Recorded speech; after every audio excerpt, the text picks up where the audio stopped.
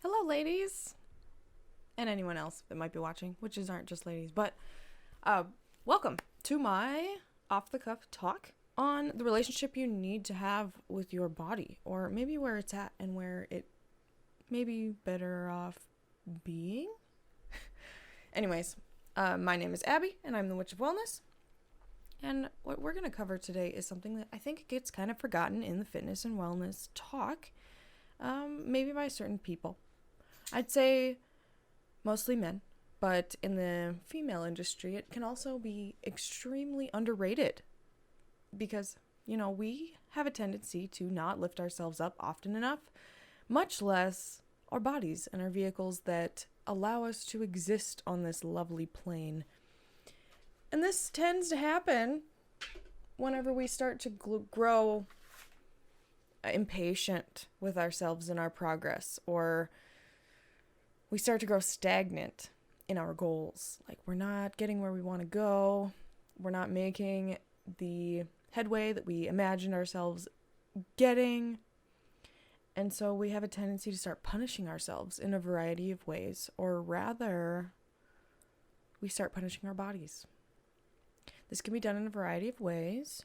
Most often, I would say, or at least in the first world problems, is food. Our abuse of food, our relationship with food stems from the relationship we have with our bodies, the respect that we have for ourselves, and the process that we go through when it comes to liking or not liking what we see in the mirror.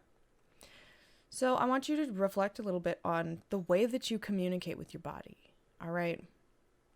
This could be coming in the form of being out of touch with your body, number one, because we may not have the same hunger cues and satiety cues that we once had. I know that I suffered for many years, like 10, 15 years, of not ever feeling full, ever. I feel like even growing up as a kid, I ate huge amounts of food for my age. It's kind of incredible that I made it through high school looking the way that I did because of how much food I was eating, like maybe easily 4,000 to 5,000, maybe even 6,000 calories a day sometimes, because it was more of a social setting, emotional eating, and I just had this bottomless pit within me. Now that I have my Reiki mastery, I can identify that feeling and I understand it a lot more, because when I work with clients, I can actually I can feel those pits. They're bottomless pits of they feel like you could fall inside a little bit, or like it gets sucked down inside. And as opposed to a place that is like brimming with energy, which is it feels like it's shooting up or out or emanating. And so I learned to identify this as an emotional pitfall. Like, it's literally a pitfall in the body where you have an emotional need that you haven't yet addressed. And it therefore manifests in me, and from that center of my body, as a oral fixation on food. Taste, drinking, something, talking, smoking, drinking, just the whole spectrum of things that you do with your mouth is what that would manifest in. Because especially when it comes to things like motivation as well, that comes from a similar energy center, usually originates where you gain your power, your digestion, your fuel sources, be it spiritual, mental, and physical. They are all quite connected in that area. They can stem from other areas as well, but I could tell you that that is usually a primary source of the issue here. So being in that communication with you and yourself, you and your body, can teach you a lot.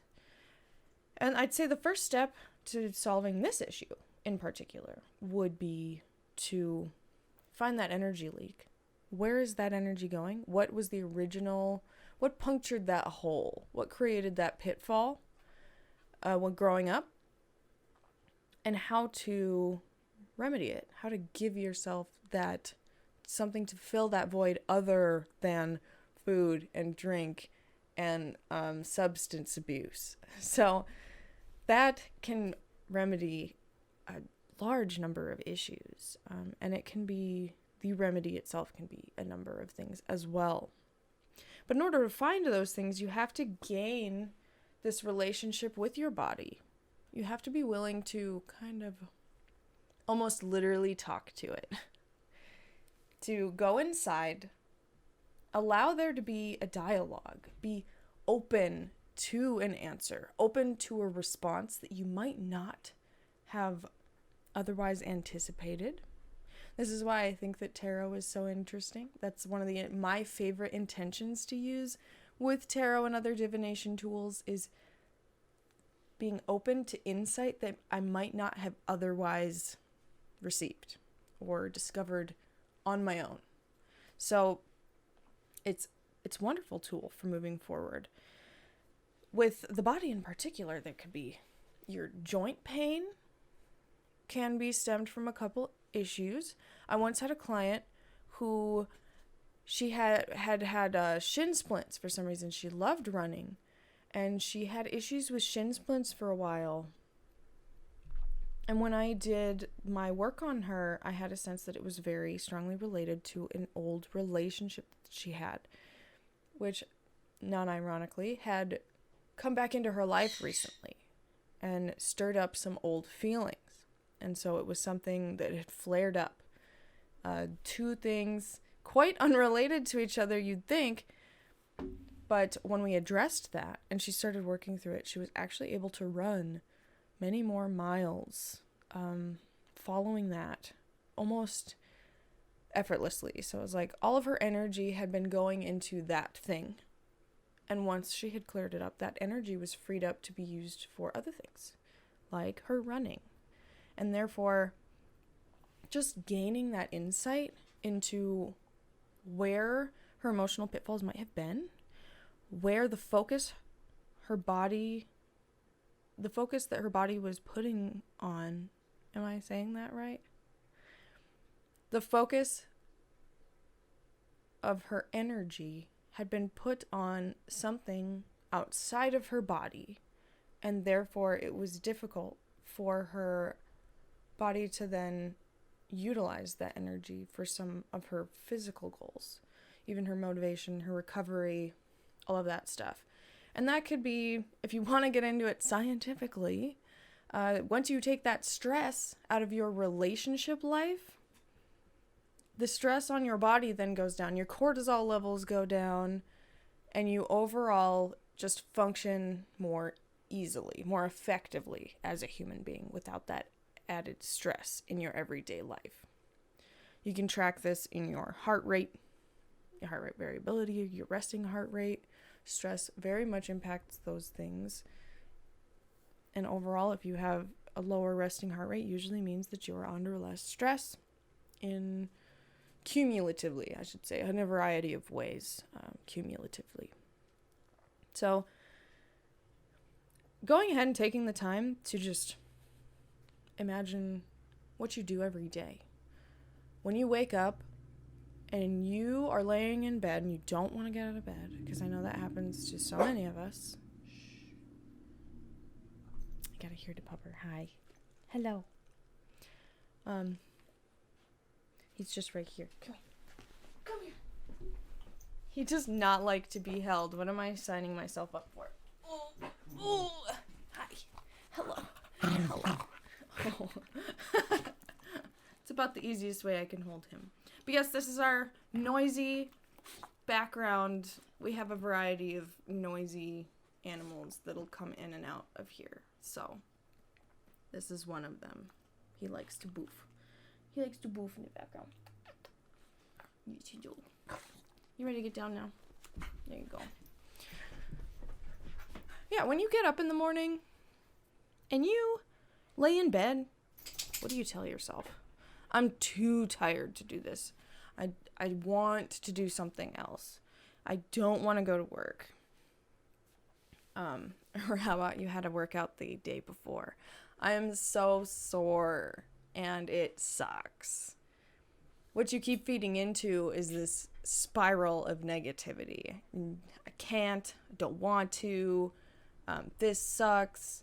We just continue going and going and going down what we don't want, as opposed to twisting it on its head and instead thinking, wow, I accomplished so much yesterday, and that's why I'm kind of tired today, but that's part of the process. We got to get tired and then work through it in order to gain more endurance. That's part of the process.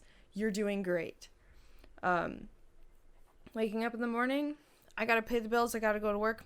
Something I do every day comes naturally to me. I'm really good at it. So let's get it done and over with.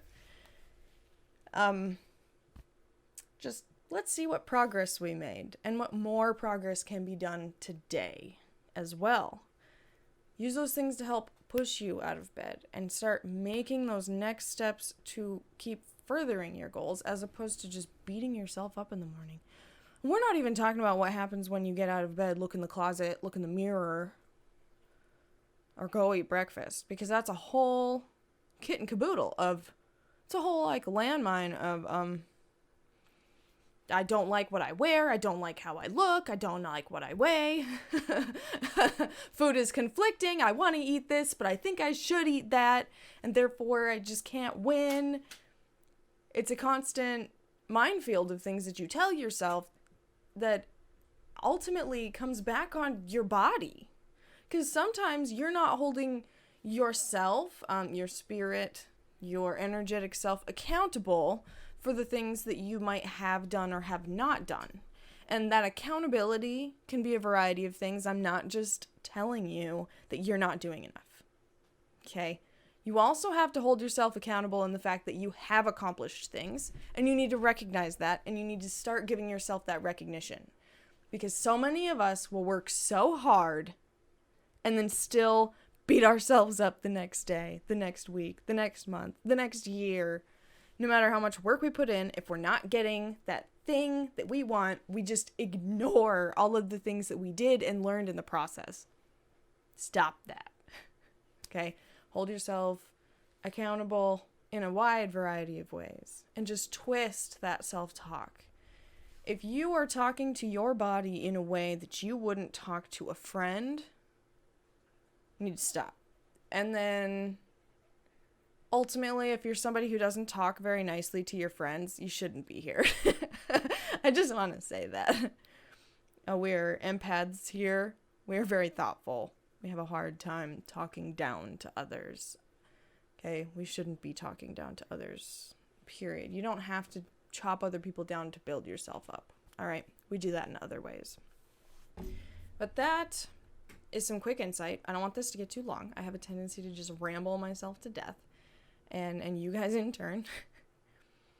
But thank you so much for being here, for your time and effort.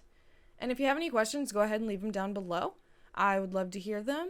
I'll do a tarot reading, public tarot reading for everybody as soon as I get enough interest. There doesn't seem to be a whole lot of traction in that area right now. But thank you again.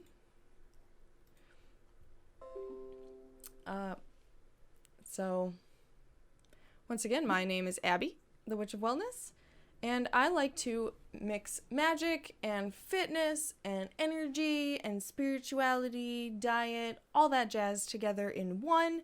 If that is something you are interested in, taking an old topic and making it new again, making it beautiful, making it shiny, applying some of the most beautiful concepts in life, then this is the place for you. So go ahead and like, comment, subscribe, whatever you want. I'm here anyway. I'm here regardless. So thank you. I have a free Facebook group right now where we all just join together as a community to lift each other up, share recipes, share insights, share spell work, whatever you want. And I'll leave a link to that in the description down below. Go ahead and answer the questions when you join, please, so I know who you are and why you're there, and that you're not some weirdo, because I don't want weirdos in there. It's all good. And I'd be super happy to have you.